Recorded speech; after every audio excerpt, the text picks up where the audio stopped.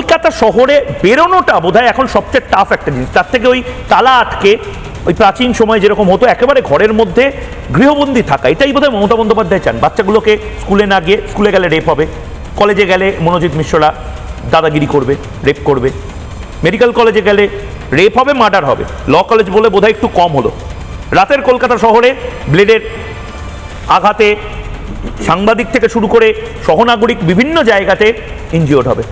এবং এখন যে ঘটনাটা, ক্রেডিবিলিটি কোথায়, অ্যাকাউন্টেবিলিটি কোথায়? মানে মমতা বন্দ্যোপাধ্যায় কি মনে করছেন যে উনি কাশ্মীরের মুখ্যমন্ত্রী বা অন্য রাজ্যের মুখ্যমন্ত্রী, সব কিছু ল অ্যান্ড অর্ডার ওই সব রাজ্য নিয়ে উনি কথা বলেন, এই রাজ্যের কোনো ল অ্যান্ড অর্ডার নিয়ে কথা নেই?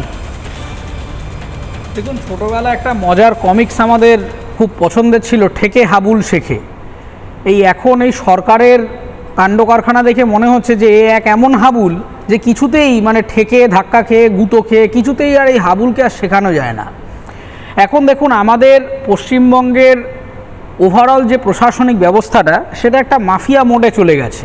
মাফিয়া মোড মানে আপনি শুধু আজকে জয়রাইডে দুর্ঘটনা নিয়ে, তার সেফটি নিয়ে কথা বলছেন, আমি আপনাকে স্পেসিফিক্যালি বলছি কলকাতা শহরের আপনি অপারেশন কলকাতা কেন, বাংলার আশপাশের জায়গাগুলোতেও আপনি দেখুন, এই যে লতায় পাতায় একের পর এক মদের দোকান গজিয়ে উঠেছে, একের পর এক রেস্তোরাঁ গজিয়ে উঠেছে, এই জায়গাগুলো লাইসেন্সগুলো একটারও সঠিকভাবে নেই।